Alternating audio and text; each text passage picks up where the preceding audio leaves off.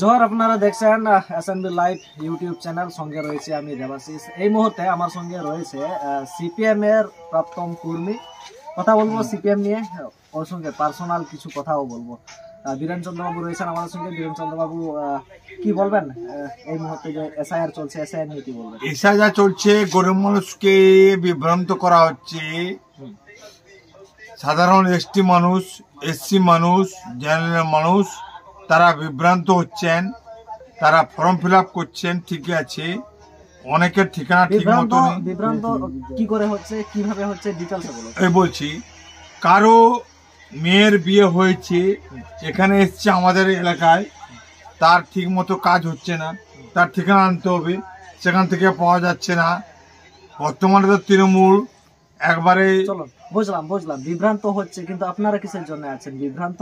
আমরা করছি, আমরা এই জন্য আমরা করছি। তো আপনার পাড়ায় বসে আছি, গরিব মানুষের পাড়ায় বসে আছি, সাধারণ মানুষকে নিয়ে আমরা কাজ করছি এবং তাদের যা যা নথি দরকার সবকিছু আমরা পূরণ করছি। এই হচ্ছে আমাদের কাজ, আমরা করছি সিপিএম হিসাবে। বিভ্রান্ত কিভাবে হচ্ছে? বিভ্রান্ত হচ্ছে মানে কি, 2002 সালে নেই, 2025 সালে চাওয়া হচ্ছে। হয়তো তখন তার বাবা মার কার্ড নষ্ট হয়ে গেছে, বন্যায় ভেসে গেছে, উই খেয়ে ফেলেছে, বন্যায় বিপর্যস্ত হয়েছে, এখন চাওয়া হচ্ছে তার নথি।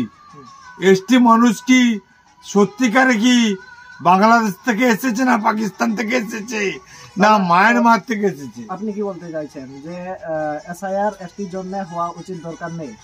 না, হওয়া দরকার আছে, সেটা কথা নয়, হওয়া দরকার ছিল না, কিন্তু হওয়া দরকার আছে কেন বলছি, কিছু মৃত মানুষের নাম রেখে দিয়েছে, তারা ভোট দিচ্ছে মৃত মানুষের নামে। আবার কিছু পলাতক মানুষ আছে, তাদের ভোটও দেওয়া হচ্ছে, এই জন্য এসটিকে যুক্ত করেছে। কিন্তু এসটি মানুষকে যুক্ত করার কোনো প্রয়োজন নেই, কোনো প্রয়োজন নেই। আচ্ছা, এটা যে এসআইআর হচ্ছে, হ্যাঁ বলুন, এটার মূল বিষয়টা কি? মূল বিষয়টা হচ্ছে যারা বহিরাগত, যারা অনুপ্রবেশকারী, যারা রোহিঙ্গা, তাদেরকে তাড়াতে হবে। আমাদের খাবার তারা খাচ্ছে। আমাদের দেশে এলো কিভাবে? সেটা হচ্ছে বিএসএফ এর দোষে। বিএসএফটা কাদের? বিএসএফ হচ্ছে কেন্দ্রের। কেন্দ্র সরকার কি আছে? হ্যাঁ, কেন্দ্রের কাছে বিজেপি, কেন্দ্রের বিজেপি, ওরা ছেড়ে দিয়েছে, ওরা তাই ভাবে এসছে। বলছি পরিষ্কার, এসএনবি লাইভ এটার জন্য কোনো দায়ী নেবে না, কোনো দায়ী। বিএসএফটাকে কন্ট্রোল করা দরকার ছিল সেন্ট্রালের নরেন্দ্র মোদী, অমিত শাহ, তারা কন্ট্রোল করেনি। ওরা 2014 সাল থেকে এসেছে, কিন্তু কন্ট্রোল করেনি। কি বললাম? ঠিক আছে, এখন যে আমরা দেখলাম না, বিহারে ভোট হলো, বিহারের রেজাল্ট হলো, বিহারে ব্যাপকভাবে বিজেপির জিত হয়েছে। কি এসআইআর এর জন্য, না যেমনটা সোশ্যাল মিডিয়ায় দেখছি আমরা, ওরা ভোট চুরি করেছে এমন অবজেকশন আসছে? না, ভোট চুরির কথা আমি বলবো না। ওরা উন্নয়ন করেছে। আচ্ছা, মেয়েদের, নারীদের ব্যবসা করার জন্য 10,000 টাকা দিয়েছে। এবং সত্যি কথা যেটা বলতে, সোশ্যাল মিডিয়ায় যেমনটা আসছে, না সোশ্যাল মিডিয়া ঠিক বলিনি, ওরা যে বলছে আমি বলবো না, আমি সে কথা বলবো না। এবং অপোজিট পার্টি মানে বিরোধী পার্টি, ওদের সাংগঠনিক কিছু দুর্বলতা ছিল। কংগ্রেস, আরজেডি, বাম, ওদের দুর্বলতা ছিল।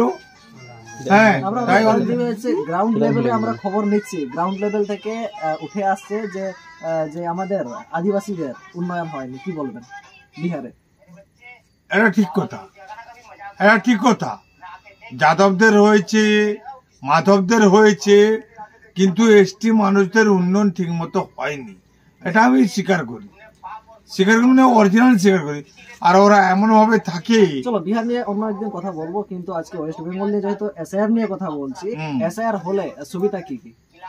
না, এসআইআর কোনো সুবিধা নেই, গরিব মানুষ বিভ্রান্ত। আজকে পশ্চিম বাংলার গরিব মানুষ বিভ্রান্ত। গরিব মানুষ কোথায় ফটো তুলবে, কোথায় ফর্ম ফিল আপ করবে, কেউ নেই তার কাছে, গরিব মানুষ বিভ্রান্ত। কিন্তু এসটি মানুষ, এসসি মানুষ, আপনার পার্টি কি চায়? আমার সিপিএম পার্টি চায় অরিজিনাল ভোটার যেন না বাদ যায়। এসটি মানুষ, এসসি মানুষ, গরিব খেটকা মানুষ, ওরা যেন না ভোটার লিস্ট থেকে বাদ যায়, সেটাই হচ্ছে আমাদের সিপিএম পার্টির